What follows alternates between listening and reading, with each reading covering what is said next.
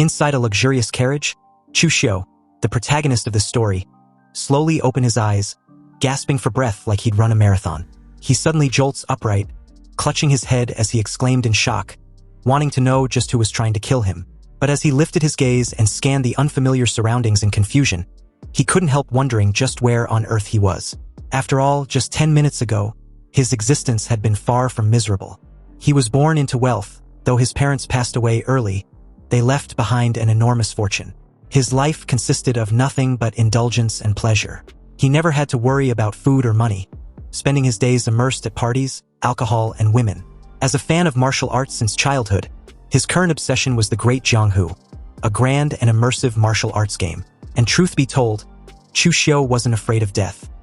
He had already enjoyed enough glory and luxury, living freely without regrets, far more comfortably than those hardship-bound young masters in novels. Compared to them, his life had been on easy mode. In fact, Chu Xiu never wanted to become a spoiled young master, but as the illegitimate son of the family, the youngest of the lot, he foolishly believed he had no right to involve himself in the family's business affairs. All matters concerning the family's business were handled by his elder brothers, leaving him completely sidelined. Anyway, back to the Great Jianghu game. Its storyline was vast and intricate, and the martial world it portrayed was astonishingly realistic, so realistic that it felt like a fully functional society. He found himself utterly immersed. While waiting for the third major update, he spared no expense to purchase a limited edition virtual reality headset. But who could have imagined that the moment he put it on, he would hear his brother's voice, declaring that his existence has always been a hidden threat. So he sincerely hoped Chu Xiu has a fun time in his next life. Immediately after that, the VR headset exploded with a boom. It blew his freaking head into mangled bits, leaving a headless corpse. And judging from the current situation, Chu Xiu finally realized he'd been transmigrated. Cursing with regret, he realized that acting harmlessly and becoming a useless loser in order not to be seen as a threat was still not enough to guarantee his safety. He was still targeted and killed, so was he wrong from the very beginning when he decided not to fight for power? Anyway, in that very moment, memories belonging to the original body came flooding in. It turned out he had transmigrated into someone who was also named Chu Xiu, an illegitimate son of the Chu family in Tongzhou Prefecture, Wei County within the state of Yan. He was the second of the Chu family's 4 sons, but his mother was just an ordinary concubine who died during a difficult labor giving birth to him. Because of that, he was completely neglected in the family. The original owner of this body used to be weak and reckless. Early on, he sided with the eldest brother, Chu Kai, in the battle for family headship. And as a result, he angered the third brother, who was also eligible for the position. He was framed and punished by being sent to serve as a manager in the Chu family's mining area in the southern mountains of Wei County. Originally, he was supposed to stay at the southern mountain mines for 3 years, but the Chu family recently decided to select an heir. And even as an illegitimate son who made a mistake, he was still eligible to participate, so he was called to the Chu family early. Right now, he was on his way back to the Chu manor. Chu Xiu reached out for a long sword, and as he unsheathed it, the gleaming blade reflected the face of a handsome young man. Yet between his brows lingered an unsettling softness, almost unmanly. Chu Xiu didn't like this expression very much. But since things had already come to this, he could only accept his new appearance. Suddenly, he froze, letting go of the sword. He abruptly realized his true identity. Before Chu Xiu transmigrated into the upcoming 3rd edition of the Great Jianghu, with the 2nd edition already at an end, the final boss of the 3rd edition was none other than Demon Lord Chu Xiu. The Demon Lord Chu Xiu was born into the Chu family of Tongzhou Prefecture, Wei County, state of Yan. And after a family upheaval, he went through many hardships, leading to a drastic change in personality, eventually setting him on the path of the Demon Lord. At the end of the story introduction, the Demon Lord Chu Xiu rebuilds the Kunlun Demon Sect, which was once incredibly glorious 1,000 years ago, and leading the 4 great demon venerables, he dominates the martial arts world with overwhelming demonic flames. And although he disliked this soft and effeminate appearance, judging from his name, looks, and background, he was undeniably the very Demon Lord Chu Xiu, the ultimate villain from the game. Thinking of this, Chu Xiu didn't know whether to laugh or cry. He was destined to be a legendary figure in the martial world. But the problem was, since when did villains in games ever get a good ending? Wasn't every final boss in a game meant to be defeated? As Chu Xiu picked up the long sword once more, a cold glint flashed through his eyes as he questioned himself whether he was destined to fail. Chu Xiu's expression suddenly turned dark, almost demonic. In his past life, he chose a carefree life and didn't fight for power, but in the end, he died a miserable death. However, since the heavens gave him another chance, from that point forth, he would be the one to fight for power, the one dare not to cross. It was better for him to kill than to let others kill him. At that moment, the curtain of the luxurious carriage got lifted, and a beautiful maid with a graceful and alluring figure stepped inside. She feigned being surprised and asked her young master what had happened to make him pick up a sword. Anyway, according to the original body's memories, the maid in front of him was named Yue. She was sent by his third brother's biological mother. It was laughable that he actually thought she was assigned to him by the family and even doted on her quite a bit. But during the time at the Southern Mountain Mines, Yue didn't just use his name to throw her weight around, ruining his reputation. She also secretly provoked and tortured the miners to incite a riot. It was clearly an attempt to lead him to his death. Chu Xiu finally replied that it was nothing. He just dropped it. Yue felt a bit uneasy, wondering just what was wrong with Chu Xiu today. She noticed that his smile looked a bit creepy. She told Chu Xiu that the main road was hard to travel because of the rain for the past few days, so she suggested they take the side path through Yuanbao town. It was a bit of a shortcut. Reiterating what he just heard, Chu Xiu added that he'd heard those small paths to remote mountain regions often attract bandits. Yue quickly replied that it was just a rumor. The Chu family's carriages have passed through here so many times, and nothing had ever happened. She lowered her voice, then said that the long journey has made her sweat so much, and now she feels gross. She wants to get back to the manor early to bathe so he can serve her young master properly. Apparently, the old Chu Xiu would have agreed without the slightest suspicion. But now he only stared at her coldly. A strange, ghostly smile still lingered at the corner of Chu Xiu's lips, making Yue increasingly uneasy. She even had the urge to step back when he reached out and lightly pinched her cheek. In a coquettish tone, Yue whined that it hurts. Chu Xiu gave a smile that didn't reach his eyes and stated that he would indulge her. They would go through Yuanbao town, and as for the servants, she would leave the arrangements to her, just like always. Chu Xiu signaled for her to leave, and Yue, momentarily stunned for a second there, thought he'd noticed something. But it seems she was overthinking it.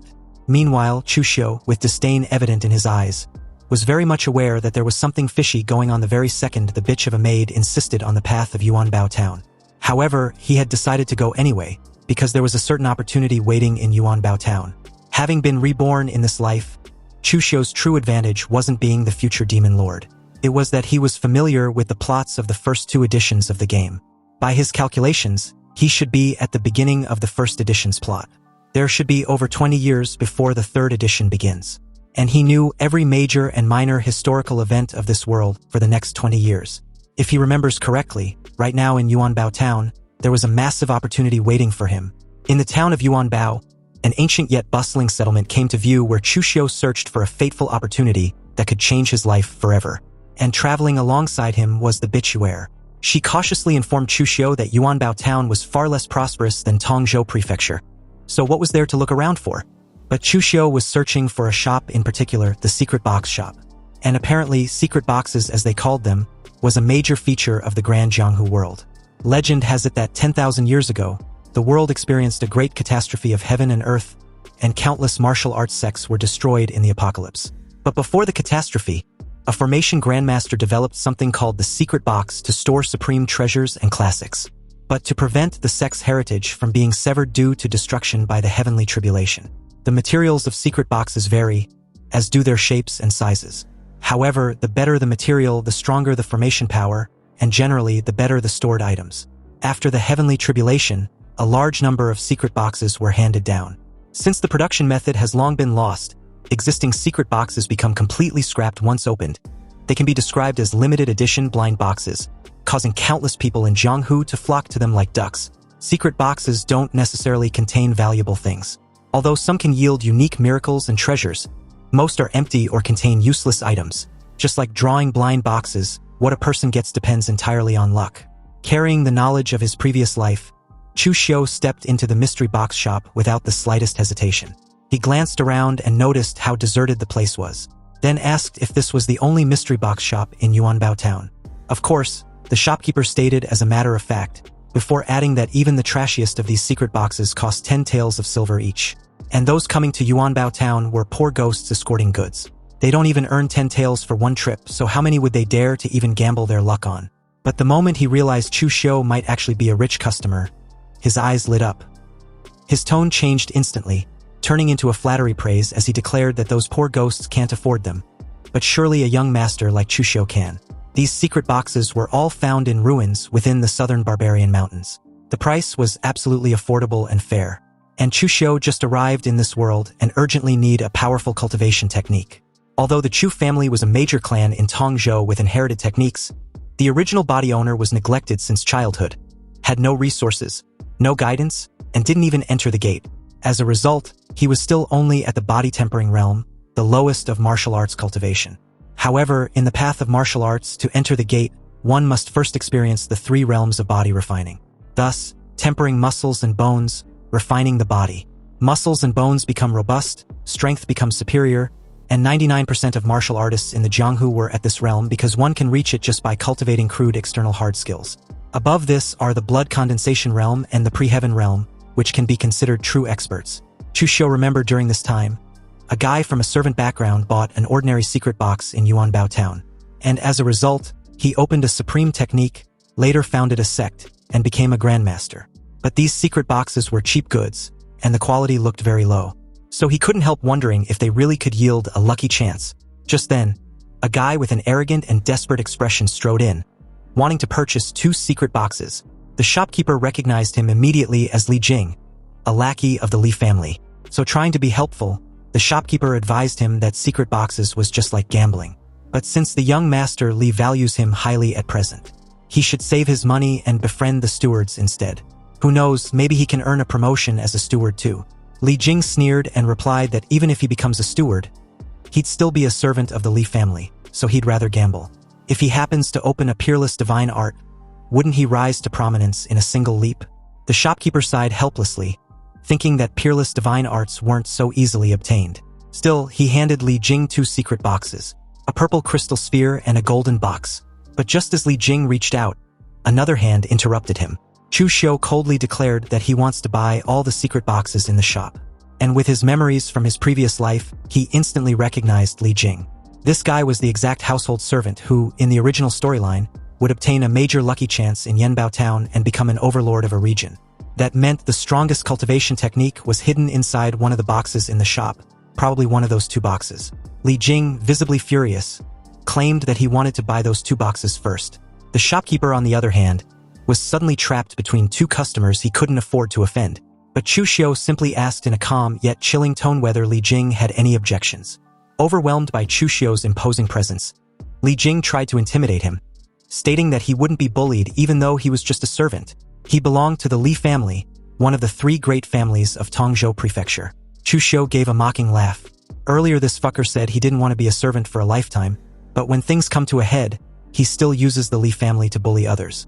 Just like he's trying to do now, he's nothing but a servant, yet he dares to try to suppress him? How arrogant can a mere lackey be? Chu Xiu casually raised his hand, and almost immediately his men moved in. Scared shitless, Li Jing, with his mere body-tempering realm cultivation, had no way to fight them all. He stammered, wanting to talk things over.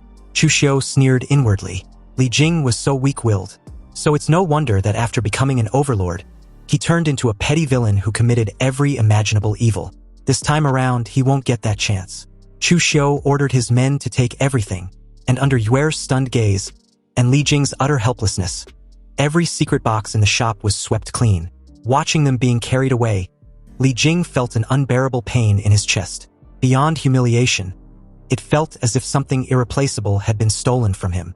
He collapsed to his knees, gritting his teeth as he swore to retaliate. This wasn't over. Inside a lodging nearby, Chu Xiu began the next phase. Knowing from the game that certain treasures required a special trigger, he took out a small knife and let a single drop of blood fall onto the purple crystal sphere. The instant the blood touched it, a violent purple energy erupted as the crystal activated. His guess was correct. The shell shattered, revealing a glowing green jade slip. This was it, and as he absorbed the contents, a torrent of energy surged around him. This was a Taoist secret classic, pre-heaven power, a 4th transformation cultivation technique. It can cultivate pre-heaven true qi, resist 100 diseases, regulate emptiness and fullness, nourish the foundation, and make true qi endless. No wonder Li Jing was able to advance by leaps and bounds and reach the peak in the plot. After all, normal cultivation techniques are divided into 9 transformations. The first transformation is the lowest, the 9th transformation is the highest. The first 3 transformations can serve as inheritance techniques for small sections. The middle 3 transformations are considered treasures in the entire Jianghu and allow one to found a sect. The latter 3 transformations are all in the hands of major sects in Jianghu. They are rare in the world and extremely precious. Above the 9th transformation, there are 2 more levels which can be called supreme and peerless. But even if this was given to Chu Xiu at present, he couldn't practice them. However, this pre-heaven power can wash and refine the body, reshape the foundation, and was not restricted by age. It is simply custom-made for him. With pre-heaven power, he has a foundation to settle down and get on with his life amidst the internal strife of the Chu family. Anyway, there were so many secret boxes left, so maybe they can bring him more surprises. Meanwhile, Li Jing went to the 7th lord of the Li family, and after offering his humble greetings, the Li family merchant caravan leader, Li Tong, ranked 7th, told him to sit down and drink. He can even ask the shopkeeper to call a girl up for him. But Li Jing wasn't having none of that. He urgently begged for help, claiming he was robbed in town not long ago. He stated that he announced his name, but the other party actually looked down on the Li family.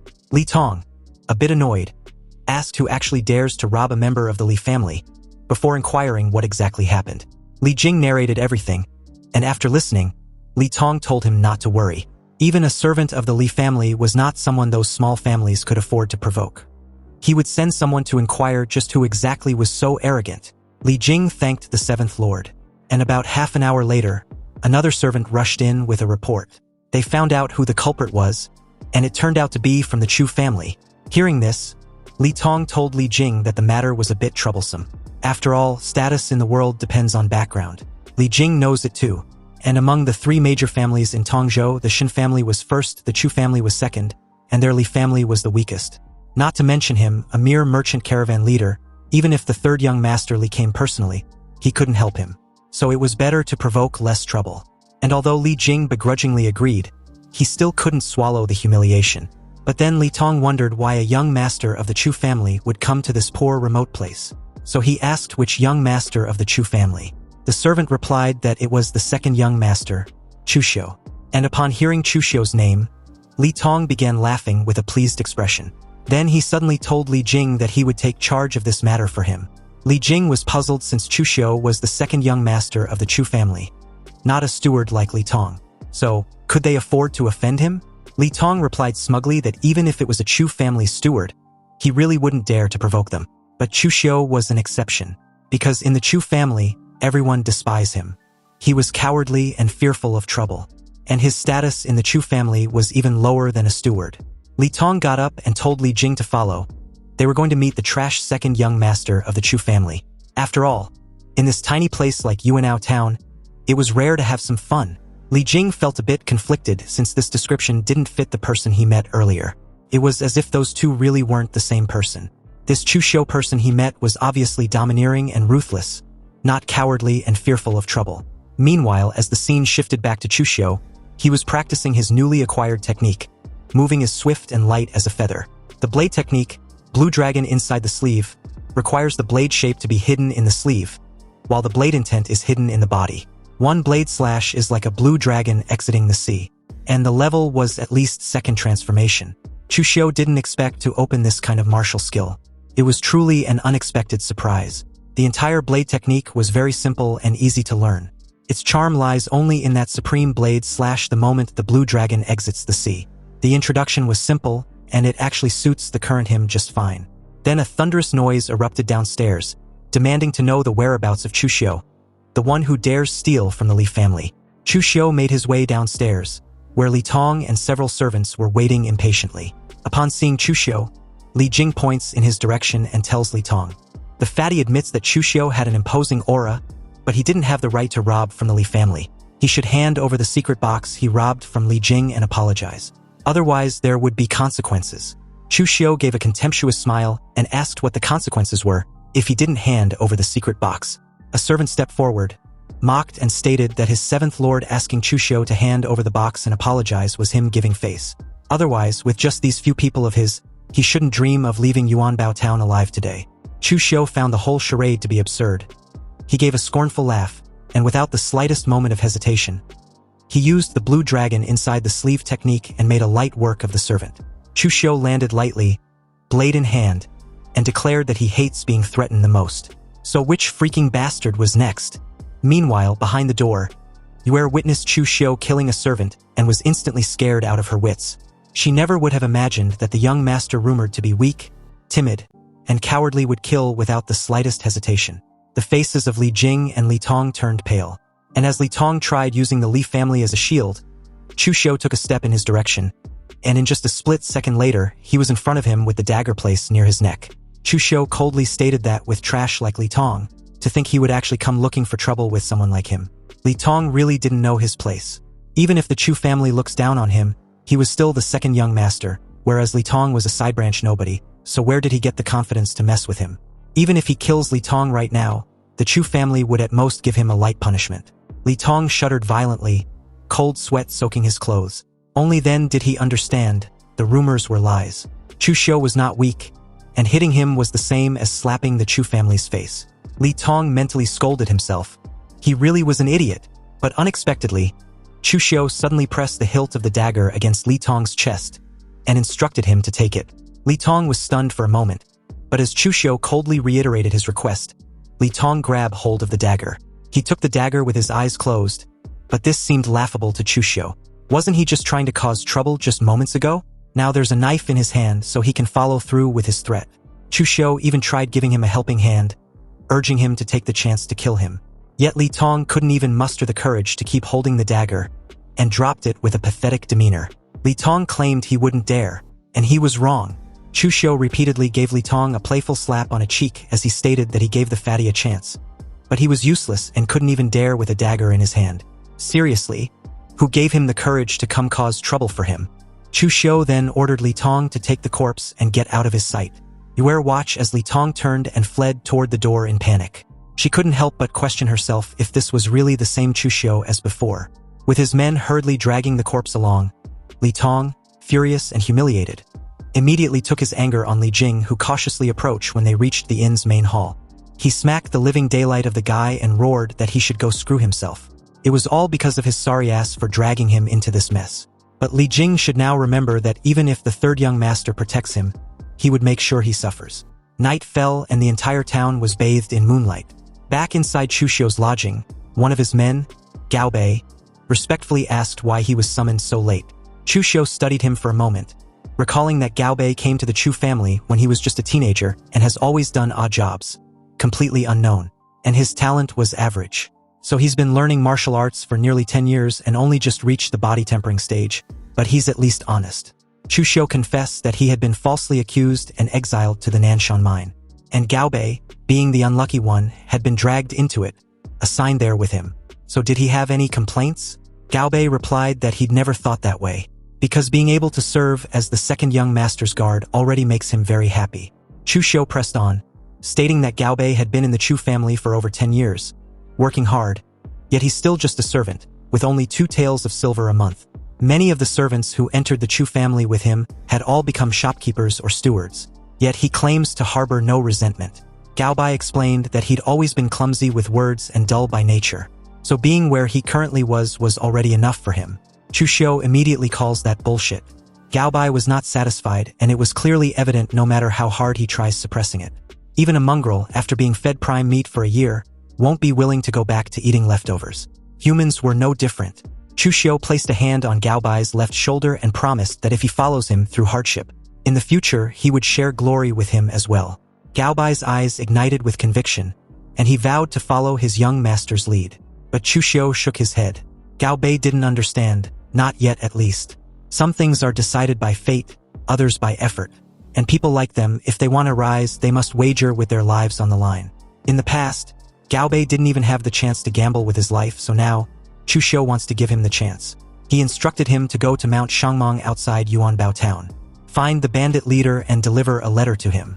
If Gao Bei was capable of doing this, there would be 300 taels of silver as a reward for him.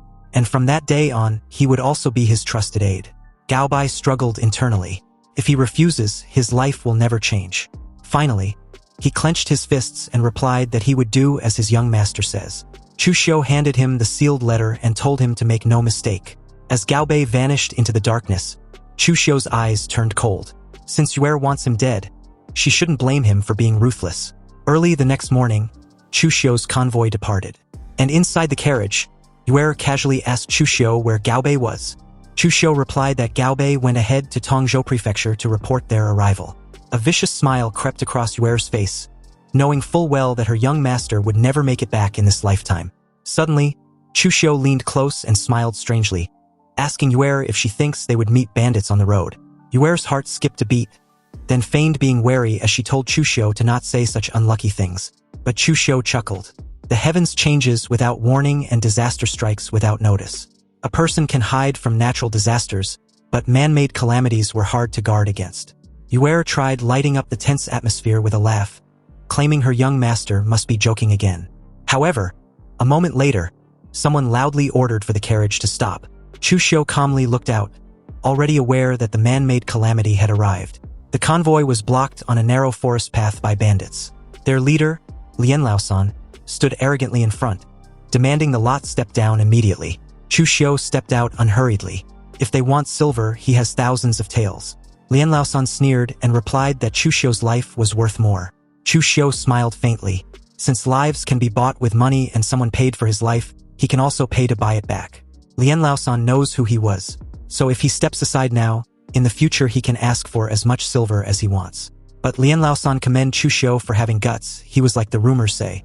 But it's too bad Lian Laosan values keeping his word, so he better not make things difficult. Meanwhile, Yue smiled triumphantly. Asking Lian Laosan to do this was definitely the right move. With him making a move, Chu Xiu definitely won't survive today. Anyway, since Chu Xiu can't buy back his own life, he will just have to buy Lian Laosan's instead. Chu Xiu charged towards Lian Laosan, who was stunned and asked if the second young master was looking for death. He swung his sword, but Chu Xiu sidestepped, thinking that he couldn't feel any inner power from Lian Laosan's moves. Looks like he was just relying on brute strength, and his technique was rough too. But with Chu Xiu's current level, he can only hope to hold out until a chance appears. He countered with his fist, struck the side of the blade to divert its trajectory as he moved closer. Lian Laosan was impressed that Chu Xiu managed to dodge. He swung his sword once more, aiming for Chu Xiu's head, but he lowered his stance and dodged again. This kept happening over and over, one sword strike after the next with Chu Xiu dodging effortlessly, making Lian Laosan frantic with impatience and irritation. However, his men believed the useless young master was stumbling and scrambling, and letting their boss personally handle Chu Xiu really flatters him. Trash will always be trash, but Lian Laosan cursed internally. This brat was really weird and looks pathetic, but he keeps dodging every time. And if he can't even take down a piece of trash, doesn't that make him worse than trash? Lian Laosan roared that the little punk was really pissing him off. If he'd got guts, then he should stop dodging. Chu Xiu was pleased that Lian Laosan had lost his cool. This was his chance. So with that small window, he dashed towards Lian Laosan with his Azure Dragon inside the sleeve technique, nicked his left cheek when he dodged the first strike, then with a devious grin, made a massive wound on his chest as blood gushed out like a fountain. As Lian Laosan's men worriedly asked if he was okay, he couldn't comprehend how it was even possible. If he hadn't dodged in time, Chu Xiu would have taken his life. Meanwhile, Chu Xiu thought of how it was a pity that he'd barely practiced the Azure Dragon in the sleeve technique. Otherwise, Lian Laosan wouldn't have been able to avoid his strike just now. Lian Laosan ordered his men to attack together and kill Chu Xiu, then everyone. So the group charged with their weapons in hand, but before they could launch an all-out assault, someone questioned if they had asked for his permission first before deciding to kill anyone. The bandits froze in shock as another group of bandits joined the fray. Their leader, Manhwa, laughed and said he'd heard there was a big job going on, and from the looks of it, it was true, so how about they take a share of the pie too? Yue watched from the carriage window and wondered why there was another group of bandits. Did the second madam arrange even more people?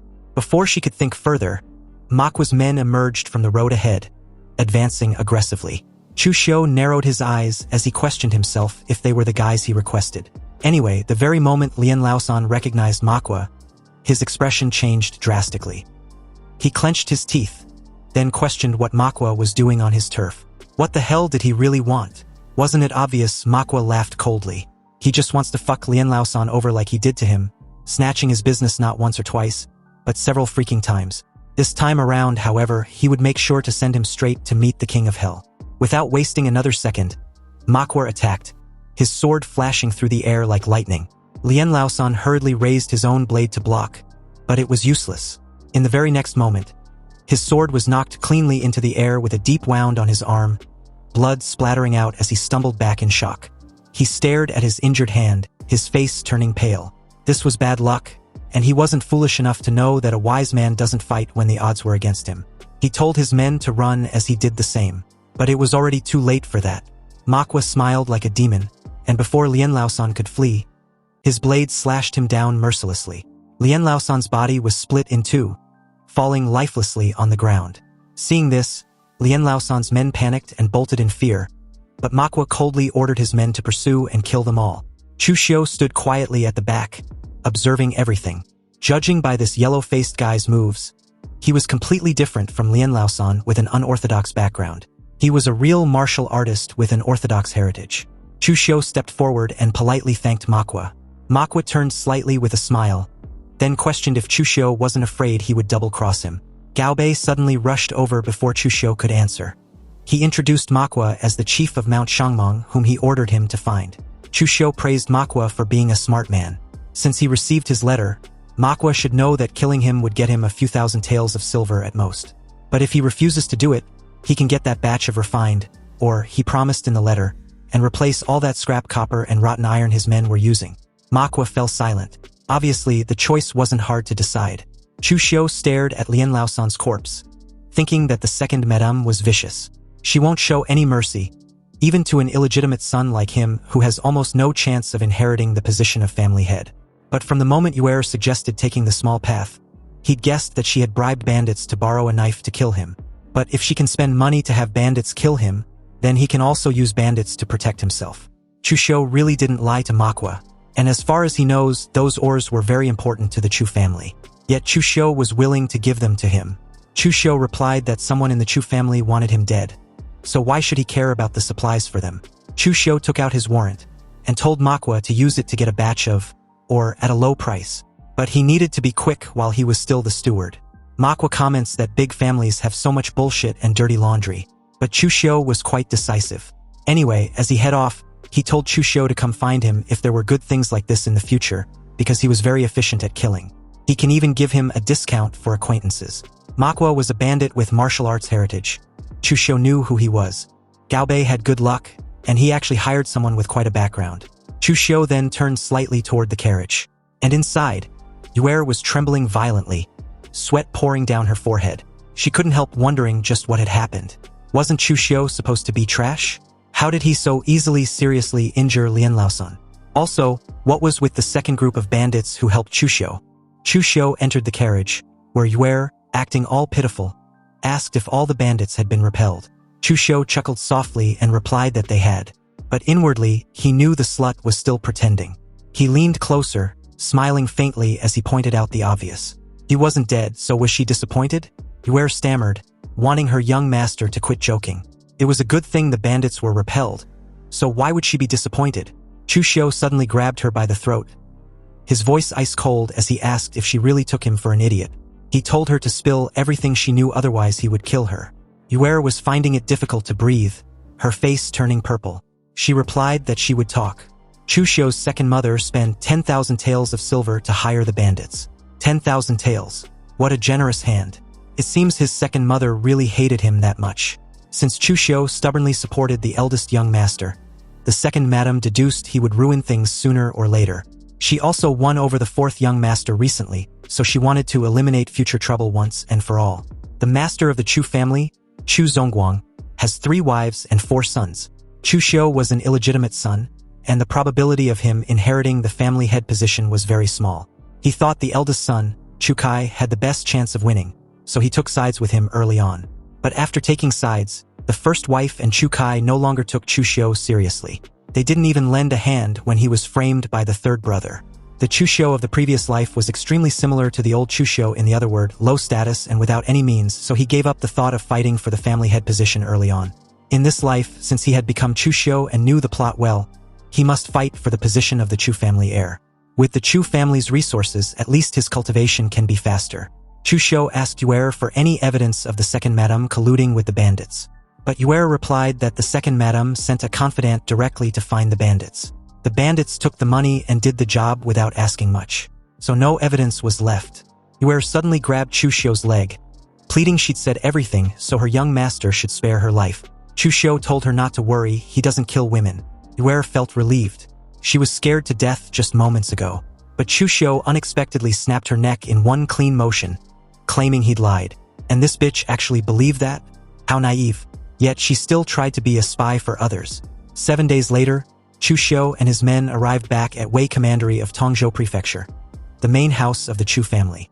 Chu Xiu stared outside the carriage as the second madame came out to greet him. The second madame was the only daughter of Ding Kaishan, the master of Kaishan Martial Arts Hall in Tongzhou Prefecture, known to be ruthless and vicious. More than 20 years ago, Chu Zongguang put down roots in Tongzhou Prefecture because of their marriage. Chu Xiu, with a flattering smile, greeted her and added that he hadn't seen her for a year, but she had become even younger and more graceful. Although the second madame looked calm and expressionless, she was internally irritated that Chu Xiu made his way back alive. She couldn't help pondering if Yue failed to eliminate Chu Xiu at the small path ahead of Yuanbao town. She asked Chu Xiu where his maid was. Chu Xiu sighed helplessly, replied that Yue's body was too weak, and he accidentally played with her to death. Chu Xiu even pleaded for his second mother to gift him another one. Hearing of Yue's death, the second madam couldn't decide whether Chu Xiu knew of her arrangement with the bandits to kill him. Also, the current Chu Xiu seems like a different person, because a year ago he wouldn't dare speak like this. Anyways, since he was back, he should head inside. His father and the others were all waiting for him. Inside the Chu family's luxurious hall, Chu Xiu respectfully greeted everyone. And at the head seat in the hall was Chu Xiu's father, Chu Zongguang. Chu Zongguang slowly raised his head and pointed out the obvious. Chu Xiu had returned. Chu Zongguang was the family head who started from scratch, relying on a few dozen people, and used over 20 years to make the Chu family one of the 3 major families in Tongzhou Prefecture, surpassing even the Li family, which has been rooted there for over 100 years. Chu Zongguang's strength was at Xiantian, and he has crossed body tempering and blood condensation, where the qi, blood, essence, and bones within his body had all blended into one. That was why, although he'd pushed past 50, he looks even younger than a 40-year-old. Chu Xiu was fully aware that his father didn't care much about family affairs or his 4 sons. He was bent on secluded cultivation, though it's a pity that his martial artist realm hadn't advanced a single step in over 20 years. Chu Zongguang declared that his Chu family had been in Tongzhou Prefecture for over 20 years. Now, they can be considered thoroughly rooted there. Anyway, since the children had also grown up, it was time to decide the position of the family heir. The first wife immediately asked why they needed to decide anything. Her son Chu Kai was the legitimate eldest son of the Chu family, and his strength was the greatest. So of course, he should be the heir. The second madam cut in, stating that what the first wife said wasn't right. They weren't royalty where the eldest son must inherit the throne. And naturally, the master makes the decision on such matters. She then asked the third madam if she agrees with her. The third madam, previously a servant, replied that she doesn't understand anything. So naturally, whatever the master says goes. Chu Zongguang had had enough, and declared that he'd made his decision on this matter. Chu Kai, Chu Xiu, Chu Sheng, and Chu Shang all hold parts of the family business. So in 1 year's time, whoever makes the greatest progress, the heir position will be theirs. Do they all agree? After the declaration was made, the atmosphere in the Chu family's grand hall grew suffocatingly silent. Patriarch Chu Zongguang sat high above, his presence alone radiating unquestionable authority. Below him, the wives and children stood in silence, each secretly calculating their next move in the inevitable battle for succession. Chu Xiu observed everything with cold detachment. Though the so-called elders of the Chu family carried the title of seniority, in truth, they were nothing more than chess pieces. Not a single one of them dared to utter a word against Chu Zongguang's will. Absolute power still rested firmly in the hands of the man seated at the very top. On one side stood the first madam and her eldest son, Chu Kai. Both were arrogant by nature, disdainful of restraint, and had even dared to confront the patriarch head-on more than once. What they failed to realize was that such insolence only deepened Chu Zongguang's disgust toward them. The second madam posed an entirely different kind of threat, calculating, ruthless, and vicious in her methods. She had long coveted the position of heir for her own son. Unfortunately, Chu Sheng was a man of brute courage with no talent for scheming, and was also utterly incapable of concealing his ambitions. Among them all, the third madam was the most shrewd. On the surface, she appeared gentle and seemingly indifferent to power struggles. Yet it was precisely this carefully crafted facade of virtue that earned the patriarch's favor, allowing her son to become the most cherished child in the household. Having seen through the true intentions of every single person present, Chu Xiu nevertheless found Chu Zongguang the most puzzling of all. Though the patriarch had loudly proclaimed the selection of a successor, his eyes remained cold and detached, as if he truly did not care about the final outcome. At that moment, the first madam spoke up in opposition. She argued that a martial aristocratic family like the Chu family should choose its successor based on genuine strength. As she spoke, she turned toward Chu Xiu with a mocking gaze and asked whether he agrees with what she just said. Inwardly, the first madam calculated coldly. As long as Chu Xiu sided with her and created a balance of power, even if the patriarch favored someone else, he would not be able to act too blatantly. This piece on the chessboard, she was determined to claim it. Yet, to everyone's surprise, Chu Xiu merely clasped his hands and respectfully stated that his father naturally had his own reasons for doing this, so he had no objections. The moment those words fell, the atmosphere in the hall twisted strangely. The second madam stared in disbelief. How could the man she had secretly ordered assassinated stand there so calmly and sided with her, as if nothing had ever happened? Meanwhile, the first wife burned with fury. This chess piece had dared to defy her will.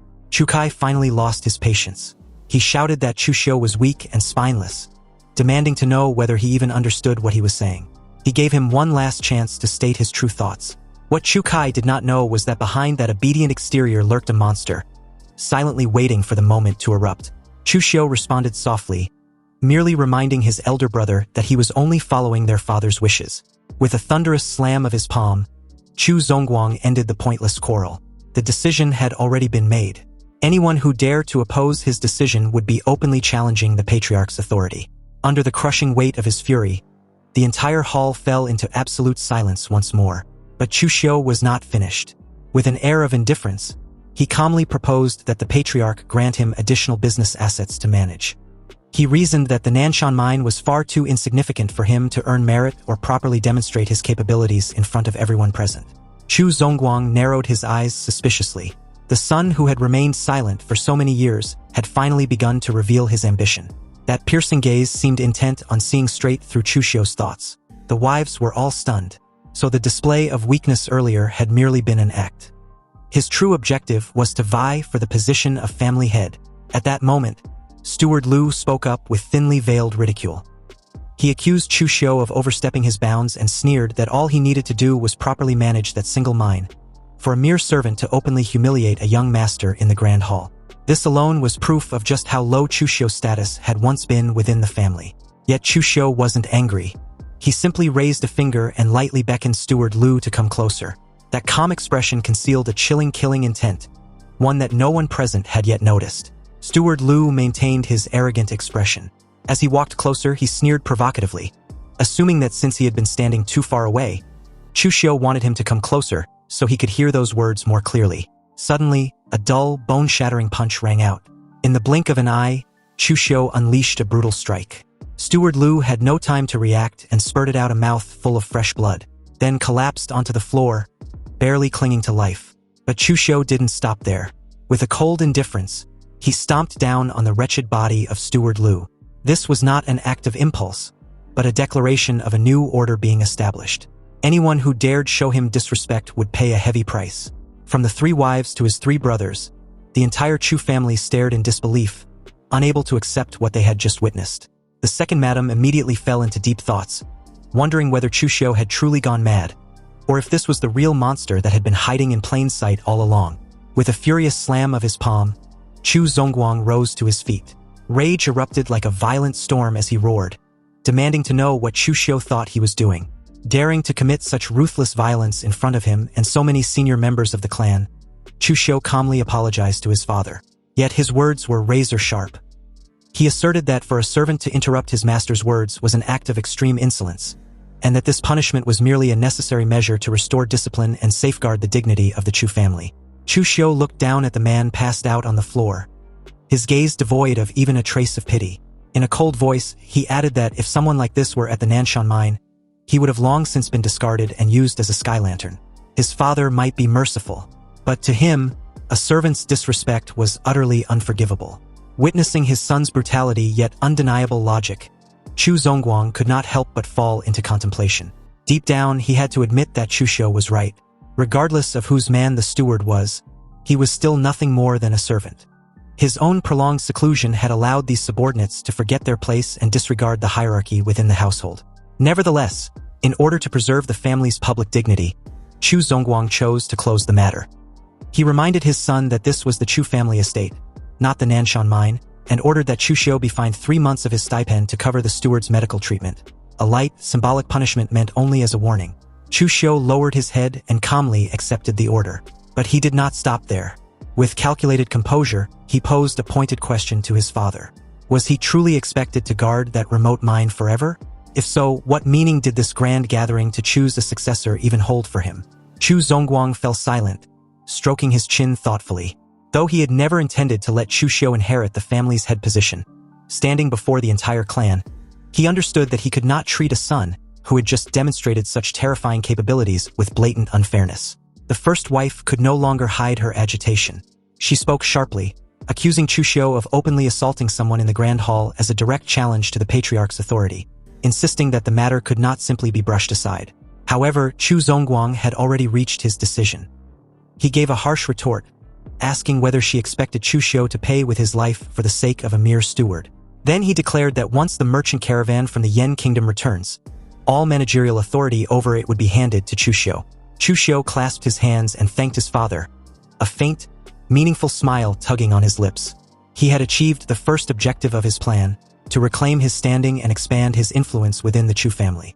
Inwardly, Chu Xiu mocked the foolishness of the first madam and her son, Chu Kai. Born into a great clan, yet incapable of controlling their emotions, they always chose to clash head-on with Chu Zongguang. To him, a man so much older yet still scrambling to compete with his younger siblings for the position of heir was nothing more than a useless waste. The family meeting ended beneath a suffocating atmosphere. With a wave of his hand, Chu Zongguang dismissed everyone and stepped out of the grand hall. The second madam could not stop watching Chu Xiu's retreating figure. She had once believed her greatest enemies were only the first madam and her son. Never had she imagined that the once useless son of a lowly deceased concubine, forgetting she was one herself, would now possess such terrifying ambition and presence. The scene shifted to the second madam's private residence, a luxurious compound shrouded in silence. Inside, Chu Shang could not hide his panic. He questioned his mother anxiously, asking why the assassin she had sent had failed, and how Chu Xiu had managed to survive and return alive. The second madam admitted bitterly that she had been careless. She had never expected that after just 1 year at the Nanshan mine, Chu Xiu would undergo such a drastic transformation. However, she quickly reassured her son. The Chu family, she insisted, would never allow a madman who dared to strike in front of the patriarch, someone like Chu Xiu, to inherit the clan. Then she revealed her trump card. The managers within the merchant caravan assigned to Chu Xiu were all her people. They would ensure that he tasted utter failure. A vicious smile spread across her face. With the enormous sums she had spent to buy loyalty, she was confident that even if Chu Xiu held the title of caravan overseer, he would soon realize that he could not command a single person. Meanwhile, Chu Xiu led Gao Bei straight toward the clan's medicine pavilion, the most important source of cultivation resources for the Chu family's descendants. Along the way, Gao Bei voiced his concern, asking whether the people in the pavilion would truly hand over the cultivation resources that had long been monopolized by the eldest young master. Chu Xiu replied indifferently that those old rules would have to change, starting today. Upon entering the medicine pavilion, the chubby steward, Steward Su, greeted them with forced hospitality. With mocking courtesy, he referred to Chu Xiu as a distinguished guest, remarking that the second young master had never set foot at the medicine pavilion, before asking what important matter had brought him there today. Gao Bei immediately demanded that he hand over all cultivation resources allocated to Chu Xiu over the past year. Hearing this, Steward Su's expression changed instantly. He let out a scornful laugh, saying the second young master must be joking. Chu Xiu's resources, he claimed, had always been collected by the eldest young master on his behalf. Why come demanding them now? His contempt was so blatant that he did not even attempt to hide it. Chu Xiu's gaze hardened. He coldly asked who had given him permission to hand over his resources to someone else, when neither him nor his father had ever authorized such a thing. The fatty steward remained stubborn, provoking him further and telling him to take the matter up with the eldest young master instead. Very good, Chu Xiu said softly. Suddenly, his eyes lit up with a murderous glow, a clear sign that a shitstorm was about to descend. His patience had been completely exhausted, and before he could react, a sudden thunderous slap sent Steward Su flying. But the one who struck was not Chu Xiu. It was the chief steward of the medicine pavilion, who had already witnessed Chu Xiu's terrifying authority earlier and knew exactly what kind of monster now stood before them. The chief steward erupted in fury. He viciously berated the idiotic fatty, cursing him for daring to spout nonsense in front of the second young master. He asked whether he still understood the hierarchy between superiors and subordinates. The fatty steward could only groan in agony. He could not comprehend why his superior had reacted so violently. He tried to open his mouth to explain himself, but the chief steward immediately shouted for him to shut the fuck up. It seems the senior steward was desperate to earn the young master's forgiveness. So turning towards him, he instantly changed his tone. With utmost respect, he begged Chu Xiu to be magnanimous toward this ignorant fool. He assured him that all cultivation resources had been properly stored. He even added that he personally packed a bottle of top-grade blood condensation pills as compensation.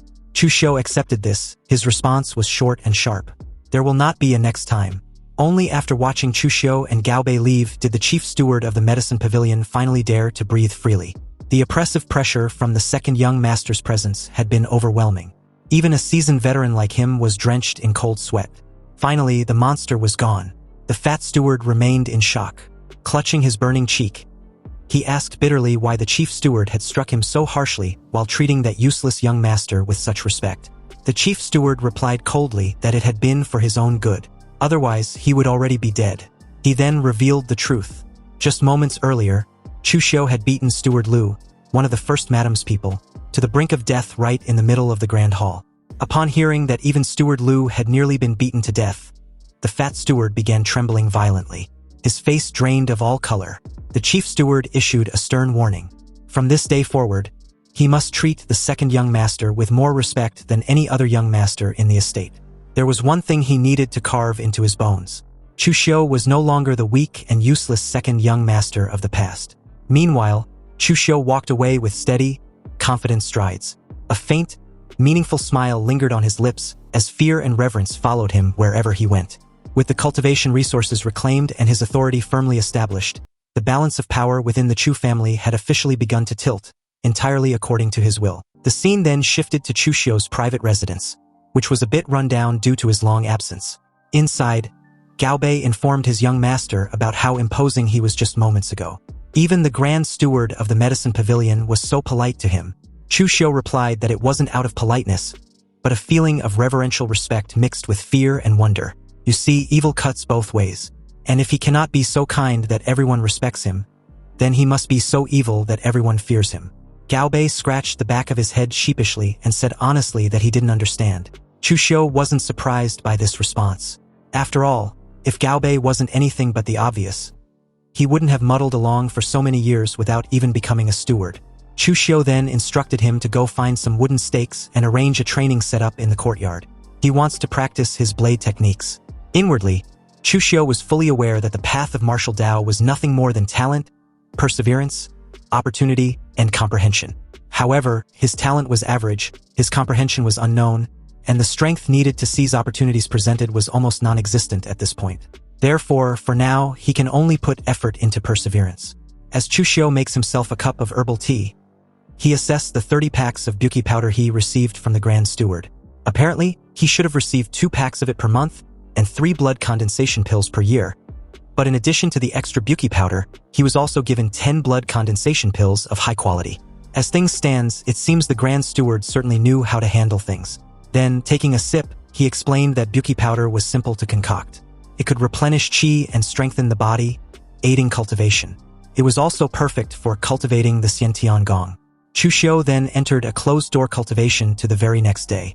He knew that Taoist cultivation methods were moderate and peaceful, and the more one cultivates, the more abundant one's energy becomes. In this aspect, it far surpasses other cultivation methods. Anyway, after a night of cultivation, his miraculous meridians run automatically, and his 8 veins were all connected. His body already possesses the Xiantian Gong True Qi, so the results weren't bad. What was next was practicing his blade techniques.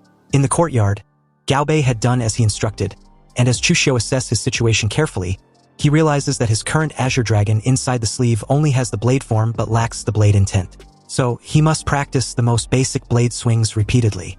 Chu Xiu moved with light steps and fast reflexes with lightning speed, cutting down the wooden dummies with ease. And in the blink of an eye, he was on the other end of the courtyard with every target sliced in half. Gao Bei, with a serving tray, approached his young master and said he'd heard some news. The stewards leading the caravan that had been assigned to Chu Xiu were all the second madam's people. They say that when the caravan returns, they intend to give Chu Xiu a display of severity to humble him. Chu Xiu then asked Gao Bei if the other side spread the matter so blatantly. Gao Bei confirmed this, and added that this was also spread by one of the second madam's maidservants. Chu Xiu gave a sly smile, thinking the second madam and her son really didn't take him seriously. But it was a pity they all thought wrong, because in his eyes, people who do not listen were no different from dead people. Chu Xiu told Gao Bei to accompany him to Shangmang Mountain the next morning. They were going to find the bandit leader Manhwa. Gao Bei was immediately scared out of his wits, so Chu Xiu asked what he was afraid of. It wasn't like bandits eat people. And moreover, Manhwa would become their greatest assistance. Early the next day at Shangmang Mountain, Chu Xiu met up with the bandits as planned. He got straight to the point, saying the matter he wished to discuss with Manhwa was somewhat significant, so he needed to order his men to withdraw. However, Manhwa, who now had a different hair color to match his new outfit, replied that there was no need. The two guys behind him were his brothers with whom he had life-and-death friendships, so there was nothing to hide from them. Chu Xiu reluctantly let this matter be and spoke frankly. He wants to talk to the person behind Manhwa. He knew that they weren't ragtag bandits, not initially anyway, and this made Manhwa question him what else they could be if not that. Chu Xiu revealed that they were giant bandits, specifically the remnants of the Northern Land's 36 giant bandits. This initially stunned the three into complete silence, before Manhwa swung his blade in Chu Xiu's direction. But Chu Xiu expected this attack and countered with the Azure Dragon inside the sleeve. He swiftly evaded the sword strike, close the distance, and before Manhwa could react, the fight was over with a dagger already at his throat. Chu Xiu told Manhwa to instruct his men to back off, because if he really wanted to make an issue out of this, even if this place wasn't governed by Northern Yen, once a wanted order comes down, he would have been dealt with long ago. Manhwa asked how Chu Xiu knew of their background. He replied that it was a guess, before explaining that Manhwa's martial arts was orthodox, and the troops' discipline was strict. Added to that, he mentioned the word Chilean. Therefore, aside from the Chilean Iron Cavalry among the Northern Land's 36 giant bandits, he really can't think of anything else. Manhwa cursed slightly when he realized his own big mouth was what ratted them out. He really should start watching out for whatever he says. Anyway, what no one knew was that the original plot was what truly allowed Chu Xiu to confirm their identity. Decades ago, the Northern Yen was in great chaos, and the 36 giant bandits emerged out of nowhere, daring even to plunder the Northern Yen imperial court. But later, the Northern Yen rose again and joined forces with the major martial arts sect, the extreme north floating snow city, to crush the 36 giant bandits in one fell swoop. The various leaders were either dead or crippled, never to become a significant force again. In the original plot, there was news of the remnants of the Northern Land's 36 giant bandits appearing in Wei Commandery. Chu Xiu asked Manhwa if he had now shown his sincerity, but the guy was more interested in knowing just what exactly Chu Xiu wants to trade with his boss.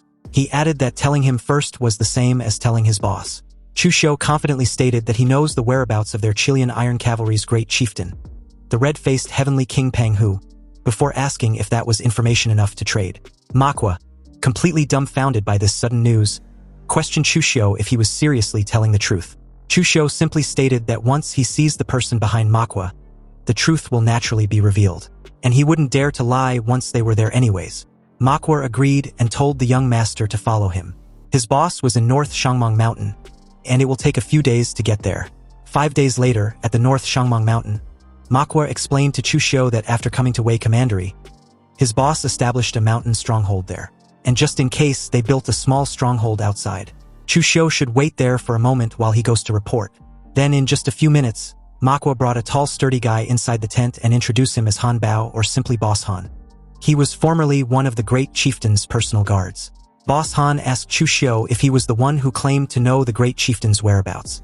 Chu Xiu calmly confirms this, and he also noticed that Han Bao was at the peak blood condensation realm. He was much stronger than him. Han Bao told Chu Xiu to cut the crap and get straight to the heart of the matter. What exactly did he want in return? If Chu Xiu's demand an exorbitant price, then he shouldn't blame him for getting rough.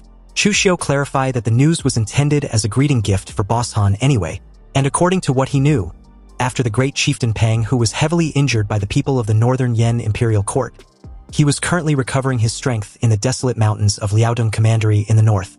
Han Bao wanted to know if what Chu Xiu just said was true. and he replied that if Boss Bao didn't believe him, he can send someone to Broken Soul Valley in Liaodong Commandery to check. There were secret codes left by the great chieftain Pang. As Chu Xiu said this, he was inwardly pleased with himself because he didn't expect these small details from the game settings to be such a big help. Anyway, after instructing Chu Xiu to sit, Han Bao informed him that he would send someone. If they can really find the great chieftain, he would owe Chu Xiu a favor. But he needed to know what he wanted in return. Chu Xiu curiously questioned Han Bao's plan after finding Chieftain Pang Hu. Han Bao confidently replied that he would naturally take his men of the stronghold to seek refuge with the great chieftain. Chu Xiu disagrees with this plan, claiming it was flawed because the great chieftain Pang was currently resting and recuperating. Not only would that be useless, but it would also increase the risk of exposure. He wouldn't let them go either. So what they should do was accumulate money, provisions, and cultivation resources to prepare for his rise. But Han Bao insists that these matters will be decided once the great chieftain was found. Now, he asked once again, what's Chu Xiu's intentions? Chu Xiu simply wants to cooperate with them to make money. Han Bao was visibly delighted with this reply and told Chu Xiu to explain in detail. There were many bandits in Shangmang Mountain who frequently rob caravans and kill for money. Therefore, more and more caravans were switching to the time-consuming and laborious main roads, or arranging large numbers of guards, and this was making Han Bao's business scarcer by the day. Boss Han confirms this and inquires what should be done. Chu Xiu replies that nothing can be accomplished without rules. If there were no rules, they would set the rules. And as long as caravans hand over a portion of their wealth, they can be escorted across the mountain. This way, it benefits both the caravans and Han Bao. Han Bao was immediately displeased with this idea, because he would be making enemies of all the bandits in Shangmang Mountain. But Chu Xiu stated that one voice of absolute authority in the entire Shangmang Mountain was enough? Or did Boss Han lack the confidence to deal with those disorganized mobs? A sly grin spread across Han Bao's face as he declared that he didn't lack confidence. If not for his injuries remaining unhealed, he would have resolved that bunch of trash long ago. Realizing that Han Bao was actually a Xiantian expert before, it was clear that Chu Xiu had misjudged him. Since Chu Xiu had given him such a good idea, Han Bao asked if he wanted anything. Though Chu Xiu claimed it was very simple, he informed Han Bao that he also have a caravan in the Chu family, and hoped they can enter and exit Shangmang Mountain without obstruction. Additionally, he also hopes Han Bao can help him kill some people. The first condition was no problem, but for the second, wanting him, Han Bao, to be a hired thug, just that piece of news wasn't enough. Of course, Chu Xiu had expected this outcome, so he told Han Bao that he can give him more than just a simple intel, but also inform him about passing caravans in advance. This way, he won't have to worry about a wasted trip. Chu Xiu asked if this was enough for a deal, and Han Bao agrees. Chu Xiu also plans to send the news of the Chu family's caravan to Han Bao. He should consider it as a greeting gift. But hearing that Chu Xiu wants him to rob his own caravan, he asked what the meaning of that was. Chu Xiu calmly explains that it was the Chu family's caravan, not his personally. Han Bao was pleased, fully aware that when it comes to viciousness, no one can compare to the disciples of aristocratic families. They were actually so ruthless to their own people. Chu Xiu got up and decided to take his leave. It was a pleasure doing business with Han Bao, and if there's any news, he will send a carrier pigeon to him. Back at the Wei Commandery of Tongzhou Prefecture, somewhere inside the main house of the Chu family, servants were loading cargo crates onto a wagon. Chu Xiu walked in on them and demanded to know who exactly gave the order to depart. Zhang Quan stepped forward and introduced himself as the caravan steward, then offered his greetings to the second young master. Chu Xiu asked who was in charge of this caravan at present. And of course, Steward Zhang replied that it was under the second young master's charge. So, if the caravan was under the second young master's charge, then who allowed Steward Zhang to load the cargo and set off just now? How much silver did the last batch of goods sell for? What was brought back? And what was being transported in this batch? Have Steward Zhang ever discussed these things with him? Steward Zhang begged for forgiveness, before explaining that due to his absence, he asked for instructions from the family head before acting. Time, after all, waits for no one. But the second young master should rest assured there will be absolutely no problem with this trip. If there are any mistakes, he was at his disposal. Chu Xiu placed a hand on Zhang Quan's shoulder and told him he had done very well, but he just hoped Steward Zhang doesn't regret it later on. Steward Zhang thanked Chu Xiu for the praise and added that he would never regret working for the Chu family. Inwardly, he thought that he had gone back and forth with the caravan countless times. So what problem could there be, and what was there to regret? Since Steward Zhang was arrogant enough to sign his death warrant, Chu Xiu simply wished the poor bastard the best of luck. The very second the caravan set off, Chu Xiu told Gao Bei to notify Han Bao and his men of the caravan's route and schedule. Meanwhile, on the way, one of Steward Zhang's underlings was worried that his boss had offended the second young master. He heard that after returning from the mining area, Chu Xiu was different. Steward Zhang was fully aware of this and didn't care. After all, they were the third young master's people. When the guy asked if Zhang Quan wasn't afraid Chu Xiu will deal with them, he replied that the Chu family was a great clan and must follow rules. They haven't broken any rules, so Chu Xiu can't touch them. Though the guy kept silent, he couldn't help feeling like this matter wasn't that simple. Steward Zhang loudly informed everyone to remember to drop the goods immediately if they really encounter bandits. Their lives were more important than anything. Everyone agreed to this, and it didn't take long for darkness to descend. Under the full moon, Steward Zhang instructed his guards to move a bit further ahead. There was a decent-sized cave nearby, and after a quick inspection, they would rest there. But a few distance away, someone gave a reply that there was no need for that anymore. If they want to rest that night, then they would make sure he and his men rest there to their heart's content. The now scared Steward Zhang yelled in absolute terror that they've encountered bandits, then bolted the very second he got off his wagon horse, instructing his servants to do the same. But at this point, it was already too late. They've been boxed in. Steward Zhang run into Manhwa and two of his men. He asked where Steward Zhang thought he was going. Steward Zhang freaked out even more when he realized that the bandits came prepared. Manhwa mocked the poor guy before passing Chu Xiu's message to him, telling him to have a safe journey to the afterlife. And it was in this moment that Zhang Quan realized he fucked up. Recalling Chu Xiu's behavior in wishing them farewell, he finally understood the weight of those words. He tried to plead for his life, but Manhwa had no intention of letting him live. He dashed towards Steward Zhang with his huge sword, and in the span of a split second, released the poor guy off his head. At that point, his men had already dealt with the remaining servants, so he instructed them to go open the cargo. They needed to see just how the greeting gift Chu Xiu gave them was. That very night, news about the caravan being robbed reached the house of the Chu family. So all branches were informed to report to the council hall immediately to discuss the matter. On the way, Chu Xing asked her mother whether she thinks this matter has anything to do with Chu Xiu. After all, Steward Zhang and the others just defended him, and then something happened right after. The second madam replied honestly that she didn't know. Logically speaking, Chu Xiu shouldn't have the guts. And besides, he didn't have the ability to hire the Shangmong mountain bandits. But before they have evidence, his son shouldn't speak carelessly, otherwise it will make his father unhappy. Chu Xing nodded with understanding as the two made their way inside the council hall, where Chu Zongguang, together with his other sons and wives, were already present. Two servants reported the entire situation to Chu Zongguang. The bandits killed everyone on sight, and they don't know why. Chu Zongguang dismissed them after hearing them out. But they need to remember this lesson and be more careful in the future. Chu Zongguang was going back into seclusion when Chu Xiu respectfully interrupted him. He points out that the caravan had no leader at present, so he was willing to lead another caravan through Shangmong Mountain once again. This request not only startled Chu Zongguang for a bit, but completely shocked his other sons and their mothers.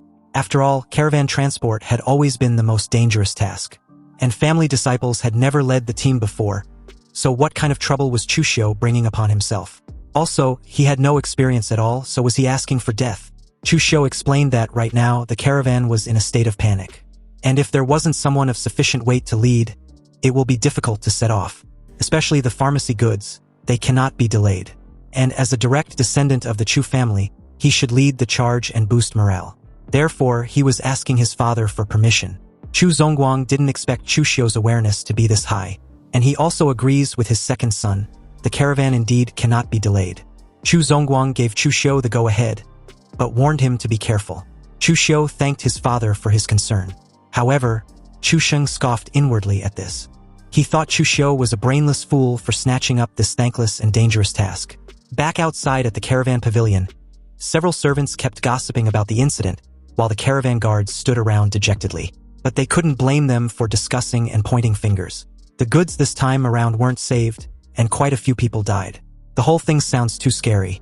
But in that moment, Chu Xiu confidently walked in and told everyone to pack up. The caravan was setting off again, heading to the state of Yen. The guards argued that they just had an incident, so they should rest for a period of time. What if they enter the mountain and get robbed by bandits again? They needed to think of a countermeasure before leaving. Chu Xiu watched their panicked demeanor and realized that his cheap old dad really lost interest in the Chu family's affairs. He seemed to be unbothered as to how spoiled these servants have become. Anyway, resting for a while, thinking of a countermeasure, these things had to be a joke. The ones who died weren't them, and they didn't even suffer a scratch. So why the hell did they need to rest for? The entire crowd of servants got no reply and fell silent. But if they believed they can use this matter as a means to not work, then they were wrong. In the Chu family's business, the caravan treatment was the best, 10 times that of general labor or even more. However, since they are afraid of death and don't want to go, there are plenty of people who do. Chu Xiu called for Gao Bei to go tell the general laborers that those who dare to risk their lives should come to the caravan. Monthly pay was at least 10 taels. If they return smoothly, 0.5% of the profit will be the reward. And as for the scared guards refusing to go, they should find Steward Lu for reassignment. The caravan guards panicked and began to beg their second young master for another chance. They explained that they were just blinded by folly. They were wrong. Chu Xiu agreed to give them another opportunity. Those who want to stay in the caravan should follow him. The group departed that very night, and not long after, they were intercepted by another group of bandits. Their fat leader was Hanbao's subordinate, Feng Yidao. As Feng Yidao called out to his men to come out and make an example of these people, the caravan guards freaked out and cursed with regret. Some complained that if they had known earlier, they wouldn't have stayed. And although it was a bit too late, they still hope they can survive. Chu Xiu just smiled with a knowing grin. Finally, it was showtime. Chu Xiu immediately instructed Gao Bei to get the fire oil and prepare to light it. Gao Bei obeyed without hesitation, lights a torch and pulls down the curtain hanging on the carriage. Chu Xiu dismounts from his horse, steps forward, and faces the bandits directly. In a firm voice, he declares to everyone that he will not let himself be slaughtered. If the bandits dare to use force, he will burn the goods and fight to the death, and their dreams of getting anything would be shattered. Hearing this, one servant looked surprised that their second young master actually had such a move. But another was nervously frightened that the bandits would kill them even without the goods. And in that moment, Feng Yidao steps forward with a smile on his face, stating that Chu Xiu was still a bit too tender to play this game with him, mocking Chu Xiu as his grandpa. Did he really believe he wouldn't rather kill them all than to take these goods? Chu Xiu calmly reasoned with him that he didn't need to go through all this trouble. Chu Xiu then suggests they compete in a duel. If he loses, he would be at Feng Yidao's disposal. If he wins, Feng Yidao would let them leave. Feng Yidao bursts out laughing, and even calls Chu Xiu a weak young master who can't even kill a chicken, and now he wants to fight him. Well, since Chu Xiu wants to die, he will fulfill his wish. A frightened servant whispers that only the eldest young master of the Chu family had reached the blood condensation realm, and wondered aloud if the second young master can really defeat Feng Yidao. But in the very next moment, Chu Xiu suddenly charges forward and strikes first. His sword reaches the bandit's neck in an instant. The bandit quickly ducks, easily dodging the attack. He counterattacks, and their swords clash loudly. Chu Xiu blocks the strike steadily. Then the bandit presses forward with force from his legs, pushing Chu Xiu backward. The servants are stunned. They never expected the second young master to be this amazing in combat. And from the looks of it, it seemed Chu Xiu had truly been hiding his light under a bushel. Suddenly, Chu Xiu launches a fierce counterattack and knocks the sword out of the bandit's hand. The blade falls to the ground with a clang. The bandit turns and looks at his fallen sword in shock, before turning to leave. Chu Xiu was modest about his victory, showing Feng Yidao some face as he fulfills his end of the deal. Feng Yidao told them to leave, and also admits that he underestimated the enemy. He really didn't expect a young master like Chu Xiu to actually have some skills. When the servants realized that Chu Xiu has defeated a bandit of Feng Yidao status, they were absolutely godsmacked and excited at the same time. Chu Xiu calls out to Feng Yidao, who questioned what else he wanted. Chu Xiu proposed another deal, since he doesn't know how many more bandits lies ahead. He would like to offer 1,000 taels to hire him to escort them through the mountain. Hearing this, Feng Yidao wasn't the only one who actually liked the proposal, but Chu Xiu's men. This actually seems pretty good, and they couldn't help but wonder why no one had thought of this before. If they had taken the main road, it would have taken an extra month, and the cost would have been much higher than this. A servant nods in admiration, stating this move by Chu Xiu was absolutely brilliant. And with that, the group safely reached their destination. 10 days later, at the Chu family mansion, Old Chen gave a full report to Chu Zongguang. He reported that Chu Xiu made a round trip from the Yan kingdom in 10 days. Chu Zongguang frowned slightly and called his second son too adventurous. What if the bandits hadn't responded to either of his son's soft or hard tactics? And what if that group of bandits didn't have the strength to escort them? Old Chen replies calmly that Chu Xiu's luck was not bad. The bandits who robbed him were actually very strong. But it was also said that because of this incident, a new rule has been established. Thus, people can now hire bandits as escorts to pass through the mountain. And at present, in all honesty, all 4 young masters were very capable. So if Chu Zongguang was willing to give up researching that thing and personally teach them, the Chu family could definitely stand shoulder to shoulder with the Shen family. Chu Zongguang's expression turns cold, and he told old Chun never to speak such nonsense again. He knows exactly what price he paid for that, and will absolutely not give up this chance. Old Chun lowers his head and withdraws from the room. The scene shifts to Chu Xiu's courtyard, who was practicing his blade relentlessly. Gao Bei stands nearby, holding a tray. He watches Chu Xiu train and smiles faintly, thinking to himself that after his young master returned from the Yan Kingdom, he has been practicing the blade desperately, forgetting to eat or sleep. He really had changed because the old Chu Xiu wasn't this kind of person. Meanwhile, Chu Xiu continues training, his thoughts cold and focused. In the original plot, after he experienced the family incident, he left Tongzhou Prefecture and entered Jianghu, his temperament changing drastically. But he still doesn't know what this family incident was. Before that happens, he must step into the blood condensation realm. He needs enough power to protect himself. Unbeknownst to him, someone was secretly watching from the shadows. It is his third half-brother. He narrows his eyes and thinks bitterly that Chu Xiu's sudden rise and taking control of the caravan was not only considerable given the profits being generated, but he's also established prestige. If this continues, within a year he will definitely lose. Just then, the second madam enters the scene and questioned what her son was doing. Chu Shang remains silent for a moment, then turns to her, expressing his envy that the caravan was in Chu Xiu's hands. The madam sighs before asking her son if he wants the caravan. She adds that it won't be that easy if that's the case, because Chu Zongguang will never hand it over to him. A faint smile slowly appears on Chu Shang's face. He replied that he knows his father won't give it to him. But what if his fourth brother wants it? Surely he will give it to him. The second madam's eyes lit up. That's right. The one Chu Zongguang dotes on most these days was Lin Xian, so that might actually work. She promised to give it a try. A while later, at the third madam's residence, the second madam arrives for a visit. The third madam greets her warmly and asks the reason for her visit. She should have sent a word in advance. Her son steps forward politely and also offers his greetings. The second madam smiles and said she was there for a simple chat, so why would she need to announce it in advance? She then asked whether the Shang's shops were doing quite well. The third madam waves her hand lightly and replied that the Shang's shops don't earn much silver. But Shang had never planned to compete for the position of family master anyway, so this little income was just right. The second madam gave a knowing smile and said the third madam had misunderstood her. She knows Lin Xian doesn't want to fight for the position of family master, but it's still better to have a business with larger returns. Both mother and son freeze slightly when they heard that. The third madam hesitates, before stating that the Chu family only has so much business, and the shops have already been distributed, so asking for more would seem ungrateful. The second madam then said that she wasn't telling her to ask for more, but they can simply swap. She leans forward slightly and adds that right now, the profits of Chu Xiu's caravan had more than doubled. Hearing this, Lin Xian's eyes widen with greed. The next day, Chu Zongguang summoned Chu Xiu and Lin Xian. He told Chu Xiu that his caravan has developed very well during this period, and even if he cannot become the heir, he will definitely be a pillar of the Chu family. So between the two brothers, they must be harmonious and help each other. Chu Xiu lowers his head slightly and said what his father said was correct. But inside, his eyes turn sharp, wanting to know exactly what his father means by this. He knows clearly what the situation between them was, and it was definitely not harmonious. They're just short of stabbing each other face to face. Anyway, Chu Zongguang was pleased his second son can think that way. He wants to give Chu Xiu some experience. Chu Zongguang plans to swap Chu Xiu's caravan with the shops under Chu Shang's name. Inside, Chu Xiu sneers. When the caravan was dangerous, Chu Shang didn't go. Now that he had opened the trade route, his father wants his fourth son take over. This greedy behavior was really ugly. Chu Xiu glances at Lin Xian and calmly says that since their father has already made the decision, he was okay with it.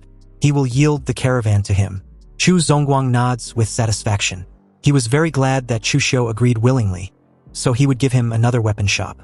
Anyway, since Lin Xian was still young and lacked experience, he will also let Lin Xian go with him. Lin Xian immediately thanked his father. Meanwhile, Chu Xiu thinks coldly that Lin Xian was one of the two strongest guest elders of the Chu family at the blood condensation realm. This gap wasn't just a little bit, and this favoritism couldn't be more obvious, since they were both his sons after all. Lin Xian turns to Chu Xiu and thanked him. Chu Xiu told his fourth brother to be careful because the trade route is rugged. Inside, his thoughts turned colder, telling him he asked for this, because what he hated the most was when people grab his things. The scene shifts to the caravan courtyard. A servant dejectedly heard that the caravan will be under the fourth young master's management from now on. He then asked his fellow servant what he thinks. Brother Lu, the fellow servant, sighed and said the guy shouldn't ask what shouldn't be asked. The second young master treated them well, but they really can't go against the fourth young master. At that moment, Lin Qian walks in with Lin Xian, questioning if everyone from the caravan was there. Brother Lu and his fellow servants turned and bowed, answering Lin Qian that everyone was there. Lin Qian told them to pack up. They would depart tomorrow.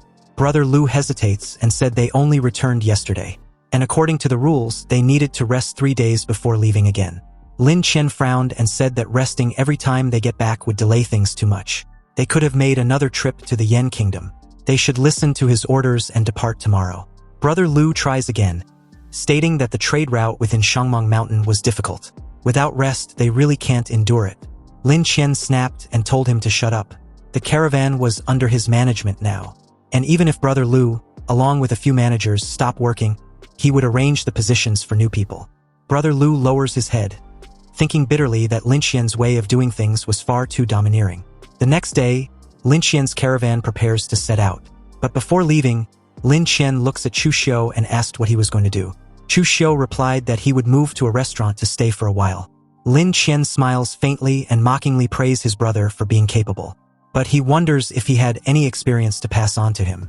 Chu Xiu smiled and said the trade route was rugged, but warns his brother to be careful of those bandits. Once he leaves Tongzhou Prefecture, the Chu family's name isn't very useful. Lin Qian snorts inwardly as he departs with the caravan. With Lin Xian by his side, what was he afraid of about a few petty thieves?